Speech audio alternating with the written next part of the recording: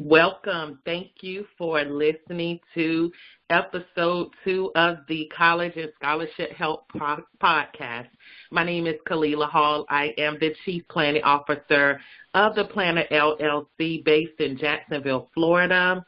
And today we will be talking about identifying colleges. For those who are familiar with my platform, I am a consultant who helps high school students learn how to position themselves competitively in the college application and scholarship process. So during my podcast episodes, I'll be sharing insight and tips on how to stand out in the process.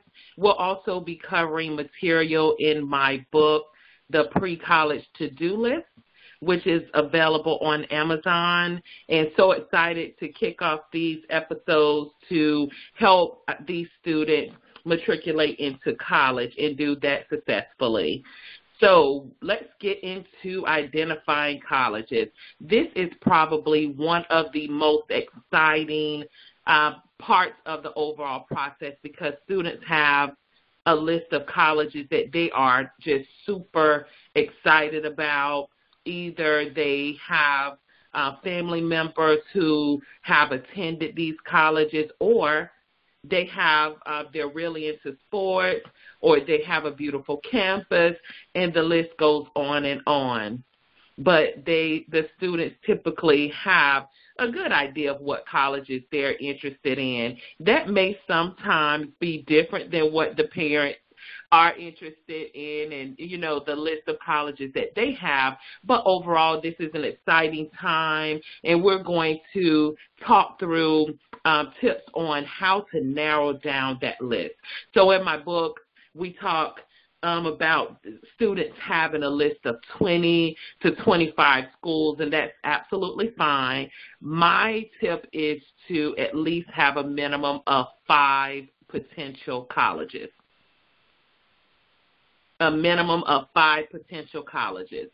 So these will be your safety schools, REACH school, your target school, which we'll get into as well, but at least a minimum of 5 potential colleges. That can be local universities or colleges. It can be a community college. It can be out of state, but at least start with a good 5 potential colleges. And the number one thing is to make sure that these colleges actually offer your field or major of interest.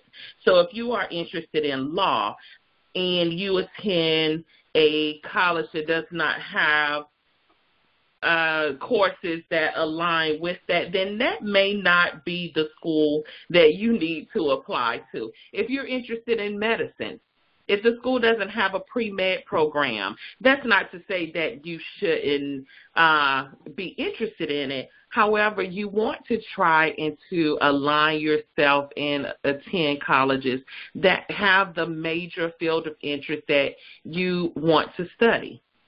That's first and foremost.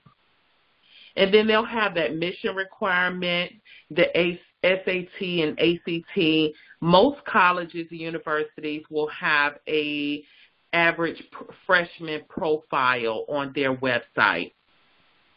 This may be on the admissions page. It may be on the academic programs or degree page. And it's roughly an estimate or overall gauge for incoming freshmen who are looking to apply to the school on what the average freshman that was accepted the prior year, what their SAT scores were, their ACT, what their GPA was as well. So that's kind of a gauge for that. That's not to say that you necessarily have to have those scores, but you should be pretty much close to it. And that's my advice on that.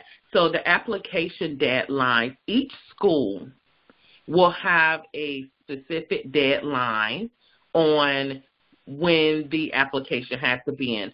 Some will be a rolling deadline. Some will be, the regular admission deadline. Some will have early decision, early action, which we'll go into in a couple of seconds on that. But definitely stay tuned for our next episode, and I look forward to continuing that discussion on that. But let's talk about the cost and location. So most students will want to go to a college that's not too far from home, but some, on the other hand, want to go far away, which is totally fine if that works for your family. But that should be something that you evaluate. Cost and location can be a major factor when you're thinking of going off to college. And also, out-of-state tuition is typically much higher than if a student goes to college within their home state. And then touring the schools. So not everyone has the opportunity to go to their schools that they're interested in and tour them in person. But in today's, virtual world, mostly all colleges and universities have a virtual tour on their website. Another thing is most colleges and universities travel to different college fairs.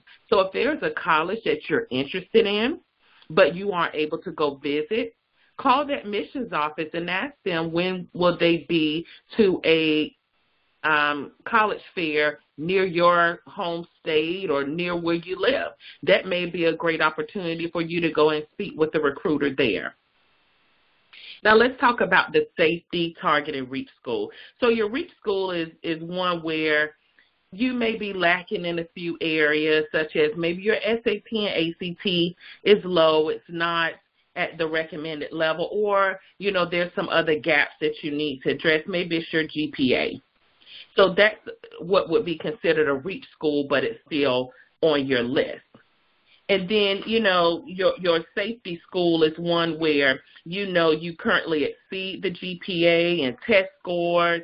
It may not have been in your initial top 5 or top 10, top 20, however many you have, but don't discard it because that school may actually be a good fit and offer you merit aid. So your target school is one that you currently meet or exceed the minimum GPA and you really like it. It's in your top 5, and that should be a school that you target to apply to. So this, again, is a very exciting process to be able to apply to various colleges, go tour them, go speak with the recruiting office, go speak with admissions advisors. You can hear from alumni on their experiences. And one additional tip I'll share before the podcast ends is that if you aren't able to go and, take a tour, search social media. Search the hashtag for the school on the social media. It can be Twitter, Instagram, or any social media platform, and you can pretty much gauge the culture of the school and reach out and talk to them about it. Now, one point of caution is that you cannot judge a school just by the tweets or by the Instagram post. So take it kind of, with a grain of salt, but there are some credible sources out there as alumni that would be happy to share their experience with you. So again, we have talked about how to identify colleges. More on this is in my book, The Pre-College To-Do List, which is available on Amazon, Pre-College To-Do List, and it's available on Amazon. Again, it's a step-by-step guide on every step of this process from admissions to applications, and it also includes tips from admissions advisors, financial aid advisors, as well as guidance counselors. We cover scholarship strategies, where to find the scholarships, how to apply, when to apply, the letters of recommendation, organization, the importance of developing a compelling essay, and also a competitive resume. So let's stay connected. I'm on Facebook, College and Scholarship Help Jacksonville, College and Scholarship Help Jacksonville. Also on Twitter, so join me there for a chat on Twitter at C&S Help, C-A-N-D-S Help. So be sure to follow me there, send me a tweet, and also check out my website, www.collegeandscholarship.com. www.collegeandscholarshiphelp.com. So www.collegeand, that's A-N-D, scholarshiphelp.com. Click on the Contact Us link and send me an email if you have any questions. And my email is info, I-N-F-O, at collegeandscholarshiphelp.com. So that's info at collegeandscholarshiphelp.com. And until next time, make it a great day, and look forward to sharing more insight and tips with you next week on the College and Scholarship Help podcast.